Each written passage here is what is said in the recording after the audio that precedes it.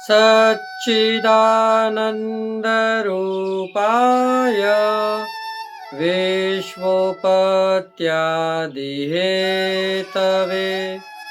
तापत्रयविनाशाय श्रीकृष्णाय वयं नमः। पुष्टिमार्गीय सर्वज्ञ करुणारसपूरित श्रेष्ठफलप्रदाता च तस्मै श्रीगुरुवे नमः। जय श्री कृष्ण, राधे राधे। जय श्री वल्लभ प्रियजनों, दास का प्रणाम स्वीकार करें। आज ये दास उपस्थित है एक ऐसी करुणामयी कथा लेकर, जो एक मलेच्छ सिर्फ गोसाई जी के दर्शन मात्र से लीला का अवलोकन कर लिया, लीला को प्राप्त हुआ। ऐसा मलेच्छ ना आज तक कभी हुआ है और ना कभी होगा। स्वयं श्री गोसाई जी के मुखारविंद की वाणी। कथा प्रारंभ करने से पहले दास आपसे निवेदन करना चाहेगा कि यदि आप हमारे चैनल पर नए हैं तो हमारे चैनल को सब्सक्राइब करके बेल आइकन बटन को दबा दीजिए, और हो सके तो इस बार नहीं बोलूंगा, आप कृपया करके हमारे चैनल को शेयर करिए। लाइक करके कमेंट बॉक्स में जय श्री वल्लभ, राधे राधे, जय श्री कृष्ण अवश्य लिखिए। बड़ी ही करुणामयी कथा है प्रियजनों, ध्यान पूर्वक सुनिएगा। एक साहूकार के वहां उसका बेटा, उसकी पत्नी और साहूकार, ये तीन रहते थे। समय होने पर साहूकार ने अपने बेटे की शादी करी, तो जो बहू आई वह बहू, उसकी आंखों में श्री गोवर्धन नाथ जी दिखते थे। उनकी प्रतिमा उसके नेत्रों में दिखती थी। जब बहू आई तब उसने आकर अपने पति से कहा कि देखिए, मैं तो श्री गोसाई जी की सेवकनी हूँ, अर्थात मैं किसी के हाथ का जल भी नहीं लूंगी। जो श्री गोसाई जी का सेवक होगा मैं सिर्फ उसी के हाथ का जलपान ग्रहण करती हूँ। ये सुनकर सास ससुर को बड़ा आनंद प्राप्त हुआ। तो उन्होंने कही, जैसा तुम कहो बेटा, तुम्हारे साथ क्यों ना हम भी श्री गोसाई जी के सेवक हो जाएं। बहू उन सबको लेकर और श्री गोसाई जी के पास गोकुल में आए। श्री गोसाई जी के सन्मुख आकर नाम निवेदन करवाया, सबको ब्रह्म संबंध दिलवाया और पुनः 2 दिन रुककर अपने घर को गए। एक समय की बात है, जब बहू बाहर अपने घर के आंगन में कुछ कार्य कर रही थी, तब वहां दूर से आता हुआ एक मलेच्छ, जिसकी दृष्टि उस बहू के ऊपर पड़ी। अब बहू पर उसकी दृष्टि पड़ते ही वह वहीं स्तब्ध हो गया, रुक गया। और श्री जो मलेच्छ था उसको श्री गोवर्धन नाथ जी के दर्शन उसके नेत्रों में हुए। जैसे ही गोवर्धन नाथ जी के उसको दर्शन हुए, ऐसे ही उसे अपने पूर्व जन्म का आभास हो गया। अब तो उस मलेच्छ ने यह नियम ले लिया कि जब जब ये बहू घर के बाहर आंगन में आए, तब तब वह इसके दर्शन करने को बाहर खड़ा रहे। जब तक दर्शन ना हो तब तक ये जल पान भोजन कुछ भी नहीं लेता था। बात इतनी आगे बढ़ गई कि 1 से 2, 2 से 4, 4 से 6 पूरे गांव में, समाज में ये बात धीरे धीरे फैलने लगी कि वो फलाना मलेच्छ तो आकर इनके घर के बाहर खड़ा रहता है, बहू को देखता रहता है टुकुर टुकुर। परंतु कोई भाव को क्या जाने कि कोई क्या कैसा भाव लेकर देख रहा है। सब लोगों के मन में तो कुदृष्टि होती है, क्योंकि आजकल कलयुग में यही है। देखिए, इसका एक जीता जागता प्रमाण मैं आपको दिखाता हूँ। कई लोगों के ऐसे हमने सब्सक्राइबर देखे हैं जो भगवान की अवहेलना करते हैं, भगवान को कार्टून बनाकर लोगों के सामने प्रदर्शन दिखाते हैं। उनके चैनलों के सब्सक्राइबर देखिए, और हम आपको ऐसी ही, जो कि पुष्टि मार्गीय कथा, जो सत्य है, जो विरक्त है, वैसी कथा हम आपको सुनाते हैं। ऐसी कथाओं के रसपान से हमारे चैनल के सब्सक्राइबर देखिए आप। क्यों कि समाज है ना, वह निंदा का कार्य बहुत जल्दी करता है। सुकृत कार्य जो होते हैं वह करने में लोग सकुचाते हैं, उन्हें करने में संकोच होता है। परंतु हमेशा आप धर्म पथ पर टिके रहिए, फिर देखिए इसका परिणाम क्या निकलता है। अब तो धीरे धीरे समाज में ये बात फैलने लगी कि फलाने की बहू को ऐसे ऐसे देखते हैं। अब उनका घर में से निकलना भी बंद हो गया।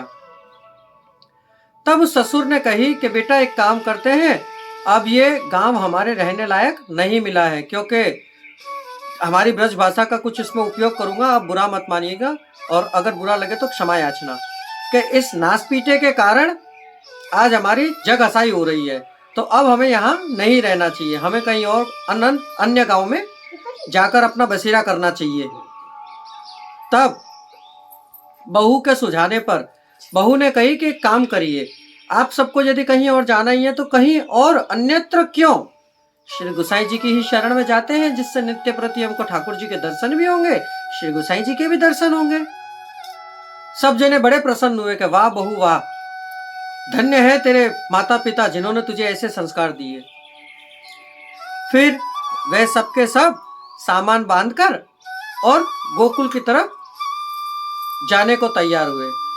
तो बाहर जब सामान बांधा था, जो बैलगाड़ी चलाने वाला था, जिसे सारथी कहते हैं, वह मलेच्छ ने पूछा कि यह सब सामान किसका है। तो उसने बताया कि फलाने फलाने उनका है, साहूकार का, और ऐसे ऐसे वह सब लोग गोकुल जा रहे हैं। अब तो मलेच्छ से भी नहीं रहा गया, तब वह मलेच्छ भी इन सब लोगों के साथ जाने के लिए गोकुल की तरफ रवाना हुआ। आगे आगे इनका गाड़ा, पीछे पीछे मलेच्छ का गाड़ा। धीरे धीरे धीरे धीरे ये लोग गोकुल पहुंचे। गोकुल से मथुरा पहुंचे। मथुरा से गोकुल यमुना जी पार करके जाना पड़ता था उस समय पर। तब ये लोग एक नाव में बैठे, तो इन्होंने वह नाव वाले नाविक से कह दिया कि उस मलेच्छ को मत बिठाना तुम अपने साथ नाव में। इन्होंने कही ठीक है, क्यों नहीं बैठाए। तो बोले ऐसे ऐसे इसको हमारे साथ मत लाना, इसको अलग यहीं रहने दो और तुम चलो।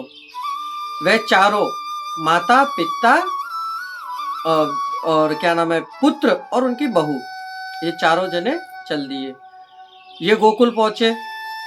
श्री गोसाई जी उस समय राजभोग, नवनीत प्रिया जी को राजभोग धर रहे थे।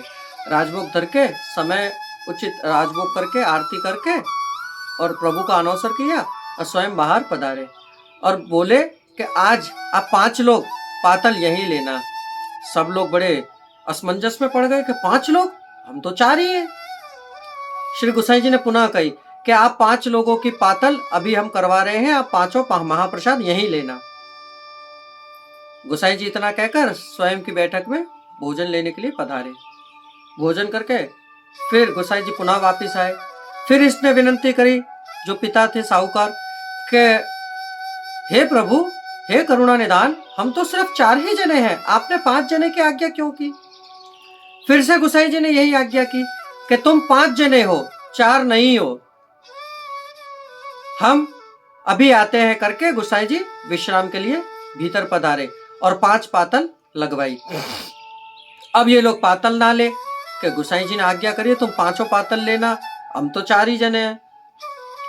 समय अनुसार श्री गोसाई जी पुनः वापस बाहर पधारे। बोले अरे तुमने अभी तक पातल नहीं ली। तो बोले नहीं। तो बोले कि गुरु प्रभु आपने बताया क्यों नहीं कि हम 5 कैसे हैं, हम तो 4 ही जने हैं। कि 5वां वहां जिसे तुम यमुना जी के उस किनारे पर छोड़ के आए हो, वह परम भगवदीय है, उसे भी लेकर आओ। अब इन 4 में से कोई जाए ना, क्योंकि उसी मलेच्छ के लिए तो ये लोग वहां से अपने गांव को छोड़कर यहां आए थे। श्री गोसाई जी ने एक सेवक को आज्ञा करी और उस मलेच्छ को लिवाने के लिए भेजा। मलेच्छ गाड़े में बैठ के पुनः आया। तब गोसाई जी ने आज्ञा करी कि जाओ तुम स्नान करके आओ यमुना जी में। वह यमुना जी में स्नान करके आया, कोरे वस्त्र पहने, और गोसाई जी ने सिर्फ दृष्टि करी उसके ऊपर, दृष्टि का दान प्रदान किया। अब वह मलेच्छ उनके साथ पातल उसकी मलेच्छ की भी लगवा दी। अब 5 जहां पातल ले रहे थे वहां पर सांगामाजी लगाकर श्री गोसाई जी भी वहीं विराजमान हो गए। अब गोसाई जी जब विराजमान हुआ तब ये पांचों पातल ले रहे थे। जब भोजन आरोग रहे थे, महाप्रसाद ले रहे थे, उस समय इस मलेच्छ को विरह हुआ, क्योंकि गोसाई जी वहां से भीतर पधारे थे।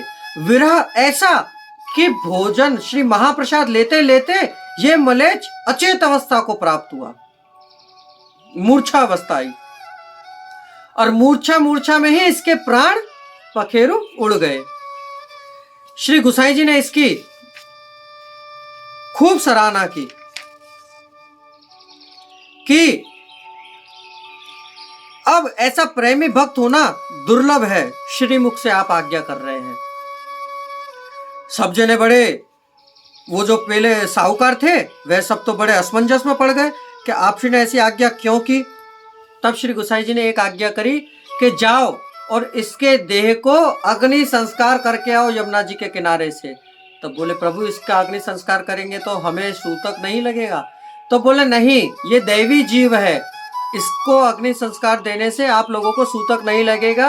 आप यमुना जी में स्नान करके पुनः वापस आ जाना, सूतक बाधक है, आपको नहीं लगेगा। गोसाई जी ने कही कि जाओ। इतना सुनकर ये सब ने बोली कि प्रभु इसने हमारे साथ ऐसा ऐसा किया और आप हमें ऐसा क्यों करने की आज्ञा कर रहे हैं कि तुम जाओ तो सही, और जाकर और फिर आओ, तब मैं इसके बारे में तुम्हें जो बताऊंगा वह सुनकर तुम स्तब्ध हो जाओगे सब। बोले ठीक है। सब जने गए, जाकर उस मलेच्छ का अग्नि संस्कार किया यथोचित और पुनः वापिस आए। श्री गोसाई जी के सन्मुख दंडवत करके सब बैठे और पूछा कि प्रभु आपने आज्ञा करी थी कि आप हमें बताएंगे, अब बताइए ये कौन है, ये मलेच्छ हमारी बहू के पीछे हाथ धोकर क्यों पड़ा था। तब श्री गोसाई जी ने आज्ञा करी कि ये मलेच्छ पूर्व का एक ब्राह्मण है और तुम्हारी बहू पूर्व की इसकी पत्नी थी। हुआ ये कथा इस प्रकार है कि एक समय इनके यहाँ पर ये बहू उस समय पर भी ठाकुर जी की सेवा और खूब निस्वार्थ भाव से करती, जो भी वैष्णव आता उसे महाप्रसाद लिवाए बिना अपने घर से जाने नहीं देती। एक समय इनके पति ब्राह्मण थे, तो वह भिक्षा मांगने के लिए बाहर गए हुए थे। पीछे से एक ब्राह्मण वैष्णव आया। अब ये बहू खूब रूपवान थी। तब उस ब्राह्मण वैष्णव से ये कथा वार्ता यानी कि सत्संग और कथा कर रही थी। अचानक ऐसा एक प्रसंग आया कि जो गुप्त प्रसंग होते हैं, कुछ प्रसंग ऐसे होते हैं जो प्रकट नहीं किए जाते हैं। तब वह ब्राह्मण वैष्णव ने बोला इसकी बहू से, इस ब्राह्मण के जो मलेच्छ था उसकी बहू से, कि तुम एक काम करो, दरवाजा खिड़की बंद कर दो, क्योंकि हम जो वार्तालाप जो सत्संग करें वह कोई और सुन ना सके। जैसे अमर कथा, महादेव और पार्वती जी के बीच जो अमर कथा जैसे तोते ने सुन ली थी, उसी प्रकार की ऐसी कथा होती है कुछ जो नहीं सुनी जाती है किसी और को। अब अचानक से ये आ गया ब्राह्मण, ये दोनों बिल्कुल धीरे धीरे सत्संग कर रहे थे। अब कहते हैं ना, लोकलाज की दृष्टि तो ऐसी ही होती है।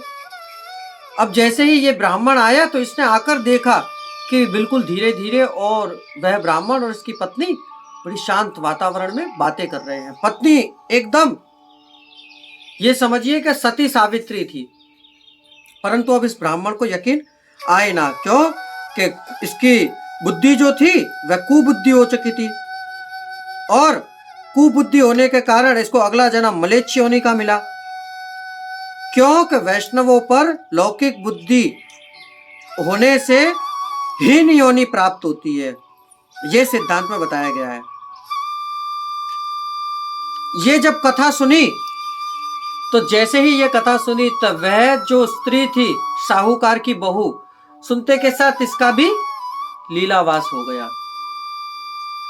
ऐसे परम कृपा पात्र भगवदीय वैष्णव कहते हैं ये दोनों लीला में श्री चंद्रावली जी के यूथ की हैं।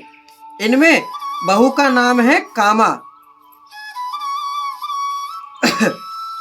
भद्रा, काम भद्रा, वह राजस भाव का स्वरूप है और उनमें से प्रकटी है, और जो मलेच्छ है वह काम आतुरी भाव का है, जो श्री ठाकुर जी की सेवा में सदा निरंतर निकुंज आदि में बने रहते हैं।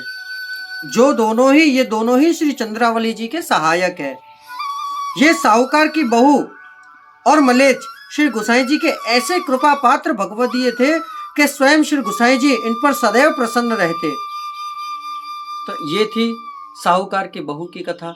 इसकी आंखों में स्वयं साक्षात गोवर्धन नाथ जी विराज रहे हैं और ये जिसकी सेवा करते वह श्री बालकृष्ण लाल जी की, जो उसे गोसाई जी ने ही बतराए थे। तो प्रियजनों, ये थी एक साहूकार की बहू की कथा।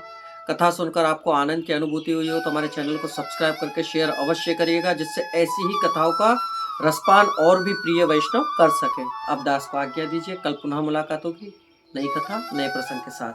जय श्री कृष्ण, राधे राधे, जय श्री वल्लभ अस्तु।